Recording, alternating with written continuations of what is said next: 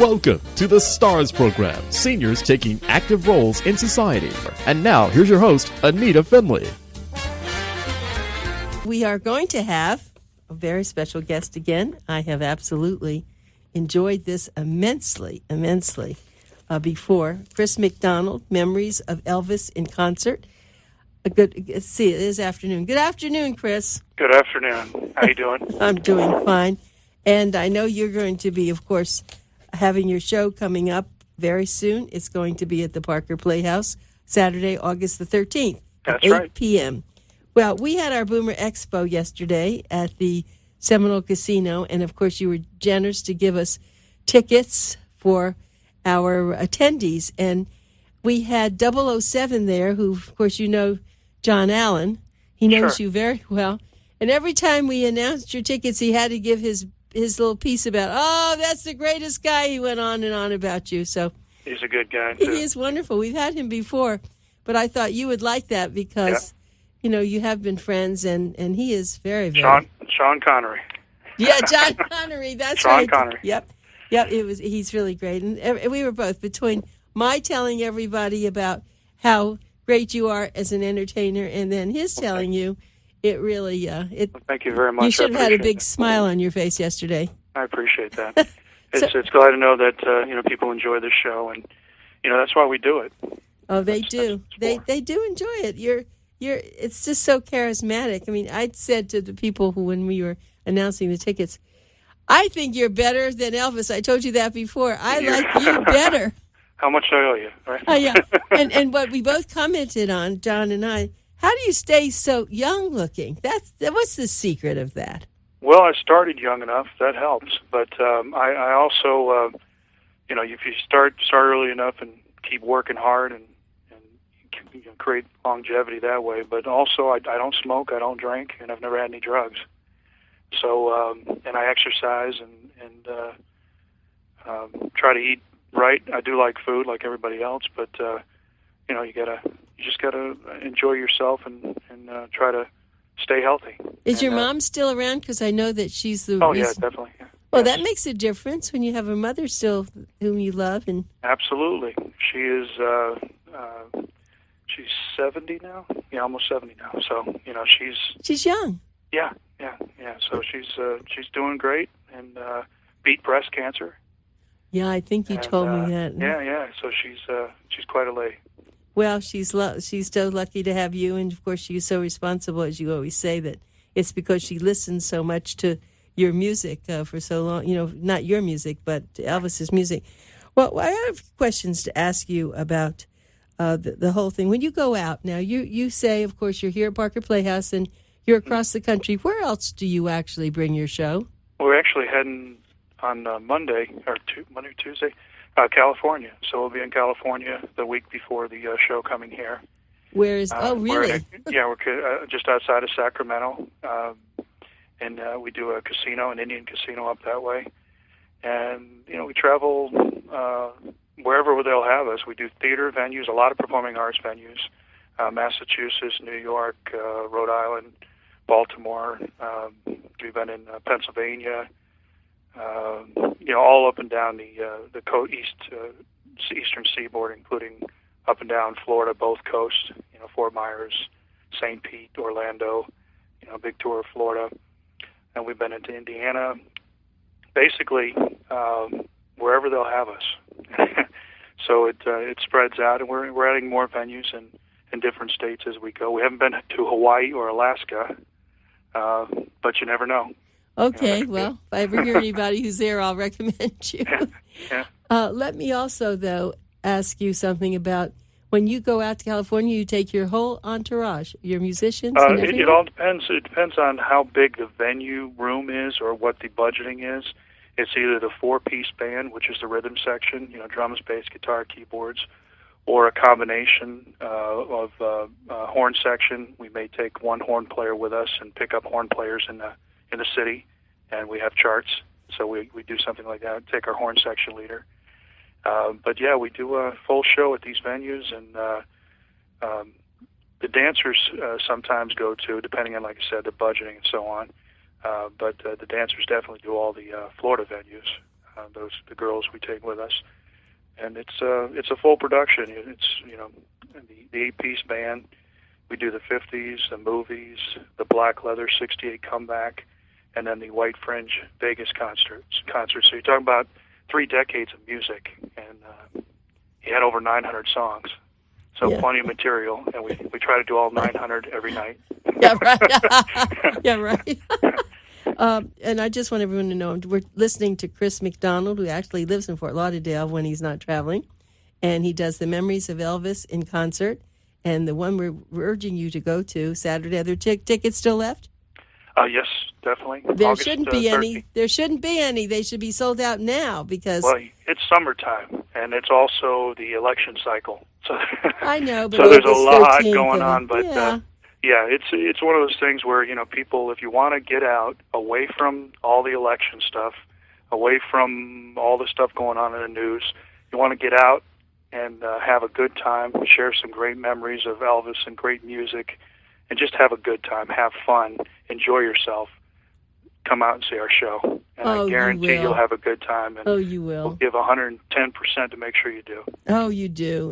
And we were talking about this when we were giving out the tickets, that you actually get off the stage, you come down into the audience, give out flowers, give out Hawaiian lace, and people just. I even saw men run up to you, which I thought, gee, that's unusual. Why do they? I mean, I don't know. The scarves too. Hey, you know something? Everybody's having a good time. If they want a scarf and they're coming up to get one, I'll give them one. So it's equal opportunity. There's no problem there. No, I think they're rushing to get it for their wife to come back. Absolutely. No, and you give them pecks on the cheek, and it's just lovely. So I'm going to just say this again: Saturday, August 13th at 8 p.m. And it's over there at the Parker Playhouse, and that's easy to get to. It's right off Sunrise, just off Sunrise, and just about. Well, anyway, if you take Sunrise, you'll see a turnoff, right? And then you go. It's pretty close down to that Holiday Park area that's down there. Yeah, and, exactly. It's a very historic venue. It's been around. It was the venue before the Broward Center was built. Oh, really? Parker Playhouse was definitely historic. It's seen a lot of great acts over the years, and it's fantastic for parking. You don't have to worry about parking there. Plenty of parking right there at the venue. And that's what makes it nice, too. Yeah, it is. They do have valet if you want it, but it is nice. Then you can go off and have something to eat. But this is the thing you should be doing August the 13th, because if you close, you don't have to close your eyes. In fact, you don't want to close your eyes. That Chris looks just like Elvis. I think he's even better looking, and he moves like Elvis, and he has a gorgeous, the clothing that he wears, but the music is just absolutely wonderful. And I guess I didn't know I was such an Elvis fan until I heard all your music, and I remembered a lot of those songs. Exactly. And, these songs are connected to memories. There's no doubt. You'll hear a song, and it may bring you back in time to when you heard it the first time, or sometime in your life. And that's why we call the show Memories of Elvis. It's like a combination. You're sharing those memories together with the music and the images, and it's all done in tribute. There's only one Elvis. There'll only ever be one Elvis, and we're just trying to have some fun and to share in those memories. And I know you're very proud of being the only tribute artist hired by Elvis Presley Enterprises to perform at Graceland's Heartbreak Hotel. Yeah, I did 7 years for them, and every January and every August. January is the birthday month, and then August, of course, is the memorial anniversary. He passed away August 16th. And it's an honor to have done the work. It gets you kind of emotional because, you're playing for fans, true fans from all over the world. And doing that, and doing it to the best of your ability, and having people enjoy it, and then being asked to come back, and do it again, it's a great honor. Yeah, it is. And I also have to say that your mother, I mean, I know she's seen you so many times, but I would love to get into her head while you're singing and think what she's saying. But do you ever, when she's there, do you ever introduce her? Oh, yeah, I've done that many times. And, she got me into the music as a child. She would actually play the Christmas songs in July. It's like she would start getting ready for the holidays. She'd play the music, and then we listened to the songs and stuff, and I thought it was pretty cool. And we'd sit down in front of the TV set some Saturday and Sunday afternoons, and they'd run all those old movies on Turner Network and TNT and stuff. They'd run all the Elvis movies, and he was cool. He was cool. He would beat up the bad guy, win the race, and he had all those beautiful women in bikinis chasing him. I mean, Anne Margaret and right. All those beautiful women, and it's simply, even that little, I said, something, it wouldn't be bad to do this, have women chasing after you and have, so it sounded like a great gig, and, right. That's kind of how I got into it. I thought he was cool, simply. I mean, even if they weren't the greatest written films when it came to Academy Award winning films, it didn't really matter. I mean, they were like the first videos, MTV was created, music television, and that's what it was all about, running videos to sell those albums. And Elvis did that. He had over 30 movies, and he sold his music, through the movies, and it went all over the world. And he wasn't able to travel all over the world in concert, but his movies went all over. Well, tell me a little bit about his marriage. Have you kept up with that? Lisa was his only wife? Is that correct? No, Lisa was his daughter. Oh, I'm sorry, his daughter. Priscilla was his wife. Yeah, his wife. He had relationships after her, but I think that was the deepest connection in his life. And yet, have you kept up with Lisa? I mean, how is she doing? Are any of them musical? Yeah, they're all involved, with the estate and representing the estate. And she's recorded her own music and has gone out on tour with that. And she has beautiful children, that are there's an actress now that's on. Actually, it's a pretty risque show, but it's that the Girlfriend Experience or something it's called on Stars, and Riley, I think, is starring in that. Elvis might have been a little bit upset with some of that, his granddaughter. But are we going to anyway. have a young Elvis on the way? Are we going to have anyone that lives that again? You think with them? You never, he has. There's people in the family there, and they all, I'm sure, have talent. Who knows, Maybe someday Riley, the granddaughter, will have a child that'll resemble him and have a great, incredible voice, the thing is, I don't think you'll ever find another Elvis.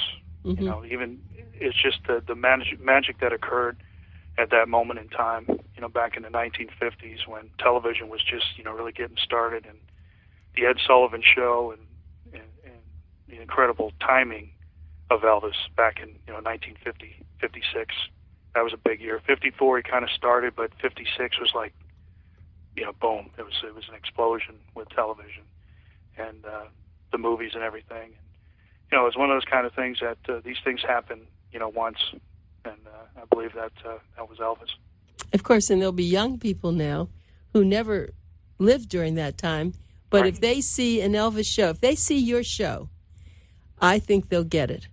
Well, that's what we're trying to do. We're trying to share those memories, and I even talk about, during the show, as you know, I talk about some things that Elvis did, or, what happened, like on the Ed Sullivan Show, they used to cut him off at the waist, so don't look at me, that kind of thing. and we tell little stories about, what occurred, and stories behind the songs, and run some video clips in between to bring them through those different eras. So we're kind of telling the historical perspective of Elvis's career along with performing the music. And I think the music is what made Elvis Elvis. That music, the way he delivered those songs, and he made them feel personal to everybody. That's the magic, is his personal relationship with his music and how that related to everybody. Yeah, he never, I never felt that he was, the word I guess would be above anybody. He always, whether he was with other musicians, he just felt humble. Exactly. He loved what he was doing, and he was, believe it or not, he always was thinking to himself that, someday it may end. And he always had that kind of feeling that he had to keep striving and doing things, because even early on, he bought a bunch of, they bought a bunch of Cadillacs and cars and stuff, and right. He did an interview saying that, they wonder why you're buying so many cars. He says, well, the way I think about it is, if this all goes away, I can always sell the cars. Right. So, that'll tell you that he came from nothing. Right. He came from nothing. And his influences were what he was around. They were very poor. They were in areas that were the Mississippi Delta area. There was listening to black gospel music, rhythm and blues, country. It was all a fusion. And Sam Phillips, actually, what they created, they kind of thought Elvis, when it first came out, they thought Elvis was black. The music, That's Right, Mama, some of those songs, they originally assumed that Elvis was a black artist singing. And that was just basically because of his influences, where he grew up. He grew up in those particular areas and went to church and had some, very rough time. They were very poor off in the early days, and he was, there was Americana for sure. And the influences just showed throughout his career. He loved all kinds of music, pop music, opera, gospel, rhythm and blues, country, rock and roll. Yeah, he loved everything, and he kind of identified with that. And then during those concert years, later on in the 70s, he would do other people's music, and present them on stage with his own style, because he was a fan of it. He did stuff from Neil Diamond, like Sweet Caroline, and he did You Don't Have to Say You Love Me, Dusty Springfield. He did a couple songs from the Beatles. He did Something. He did Yesterday. I love when he was with Frank Sinatra, though, that time. I love the two of them singing. That was so good. Oh, that was two icons, and that was back early too. That was at the Fontainebleau. It was right after Elvis got out of the Army. They were welcoming him back home, and they had Sammy Davis and Frank and everybody at the Fontainebleau for that welcome home event, and they performed "Love Me Tender" and "Witchcraft" together, and that was great. That was a magic moment of television too. Yes. And for Florida history, that was the Fontainebleau. It was a big deal. Right. Well, it still is. It's great. Yep. I have a lot of memories from living in Miami Beach at that time. But and of course, as I said, and I have that one up on you that I actually saw him in person. That's fantastic. So, you can see. But anyway, so just moving along with this, I wanted to ask you. So, have you ever written any of your own songs and done them, or is it? Yes, I actually written some kind of traditional country songs from just experiences and stuff that like everybody, that's what you write from. And I recorded them in Nashville. And my original CD is called No Misconception. And I have original songs on it, and it's available on iTunes and Amazon and Google Play. Okay, it's available there. I'm going to look at that because you're. I'm sure it's your same. Is it your voice or is it the voice of Elvis? It's my voice naturally, which is naturally similar, but I'm not trying to do Elvis, if that makes any sense. Yes, it does. But you have a natural voice of like his? And that's what I deliver the music naturally, too. I don't go over the top with the show. I'm not really to the point where, it sounds like I'm trying to do. I wouldn't call the show an impersonation. It's a tribute.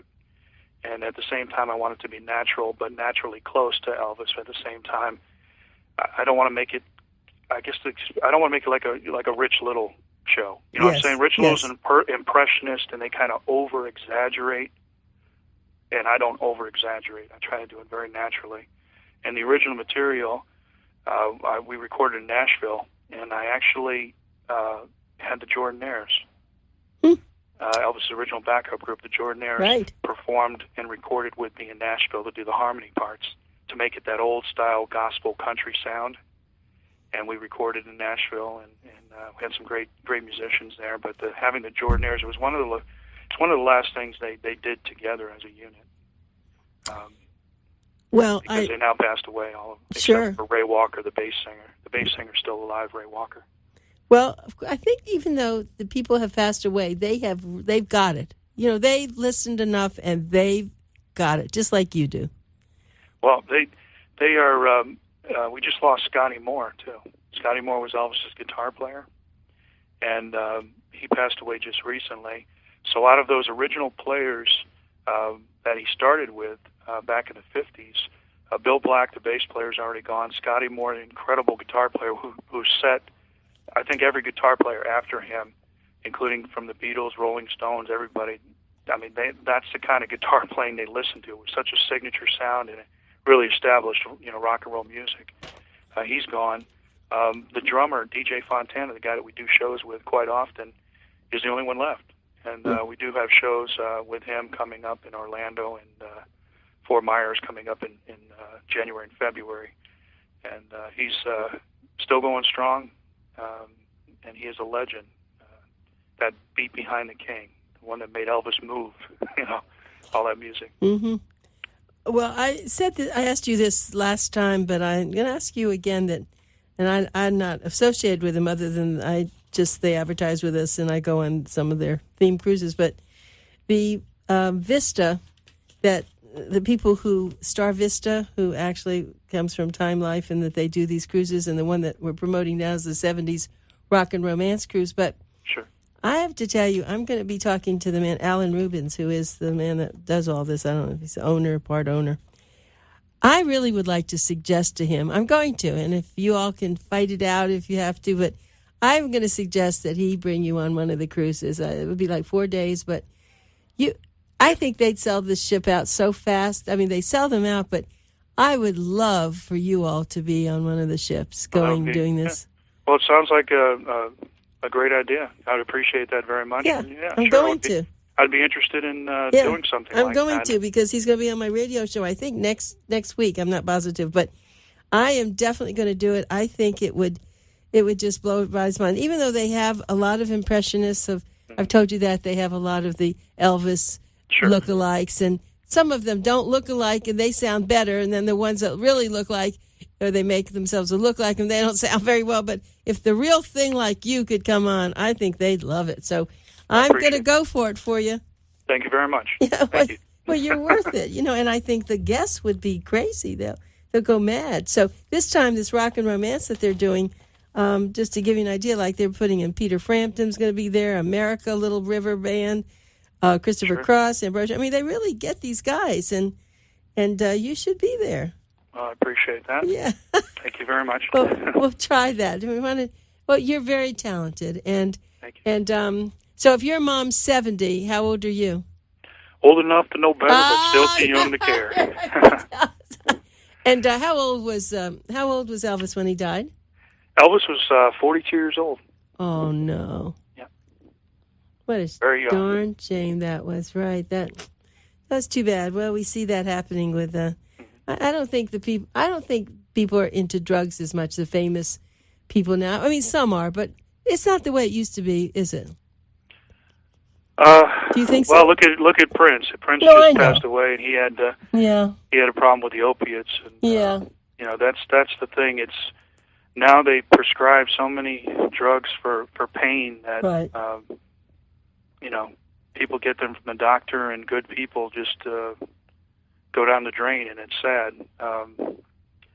Part of the reasons all these losses there is that's what actually I played football and stuff and school and I just completely stayed away from alcohol and drugs and smoking and everything just because of things that I saw. Of course, when you lose people like Elvis and other people that went because of issues that you just realize that it's not worth it. It's not worth it. And there's other things. You can enjoy life without all that. And I have a great time. I enjoy it. The being on stage and entertaining people is a natural high, and it's fun. And if you can do something you enjoy, it's never work. Well, that's true. Well, Chris McDonald is my guest, and we've been talking about memories of Elvis in concert, and I really hope everyone will buy a ticket quickly. Saturday, August 13th, 8 p.m., and he is the only tribute artist hired by Elvis Presley Enterprises to perform at Graceland's Heartbreak Hotel, and he does national touring. He was just telling you about it, and if you could just imagine if you would just picture this guy in this black leather, and then he comes in white fringes, and then it's like you're in Las Vegas for that time and place. It's as though you're sitting there in Las Vegas. Well, we try to make it fun for everybody, and with the big band and everything, with the horn section, and it makes it dynamic. I think that music done in that style, the live band really creates the feeling of that kind of concert style. That's what he had in concert. He had a full band, and there were dynamic music, and it makes the energy level what you need for a live show, and that's what we try to do. Well, it sounds like, though, that he really was pretty smart, because he sang, and then, of course, he played the guitar. I always thought, and we talked about this before, that he played the guitar a lot better than that he played the guitar mostly, but you said, no, that wasn't true. No, he knew how to play the guitar, and he played he played chords, and he in the early 50s, he strummed, a lot in those early songs. But, he always had fantastic musicians around him, and his key to performance was the microphone and himself dancing and moving and singing. I mean, that was what he was at the strongest. He could play a little piano, he could play a little, guitar, a little bass, but the real talent of Elvis was the live performance of the music, singing and dancing and relating to the audience. Right, and getting all those great songs that he just had a talent for, to know what was going to sing, what was going to go. We never talked about any of the ones he said, no, I don't want to do those. You said he had 900 popular. Imagine he probably had another 900 that he canceled. Yeah, well, what they did is, they would go ahead and give him full demos. They'd have him take a listen to them, and he would, know which one that he'd really like. Of course, with some of the movie songs, some of those songs got in there, and he probably wasn't too happy with actually doing some of those songs, but they were all a part of the agreement with the studio. And I think one in particular he probably wished he didn't do. It was called "Yoga Is as Yoga Does," and doesn't sound right either. Yeah, so I think he would have passed on that one, and probably had to swallow hard when he was trying to sing that one. But again, those movies were such a vehicle of his personality. Well, Chris, and his image. We have to say goodbye. It's wonderful talking to you again, and good luck. How quickly was that? Yeah, I know. You're great. Good luck, kiddo. Thank you very much. Bye. See you soon. All right.